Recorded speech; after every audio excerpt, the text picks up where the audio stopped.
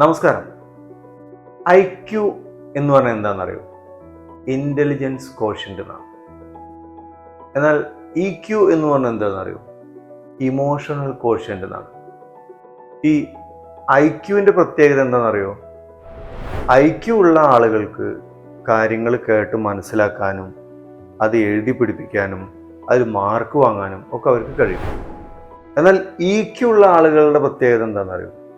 അവർ ഏത് സാഹചര്യത്തിലും എങ്ങനെ പോയാലും തട്ടിമുട്ടി പൂച്ച വീണ പോലെ വീണ് ജീവിക്കാൻ പഠിക്കും.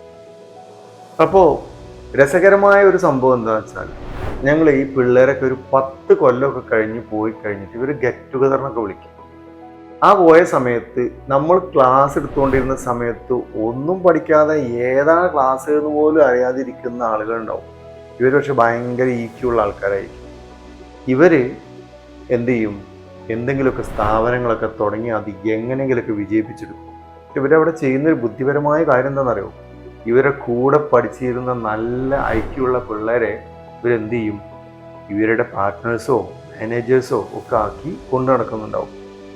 അപ്പോൾ നമ്മൾ മനസ്സിലാക്കേണ്ടത് IQവിനെ പോലെ തന്നെ ഇമ്പോർട്ടൻ്റ് ആണ് EQ.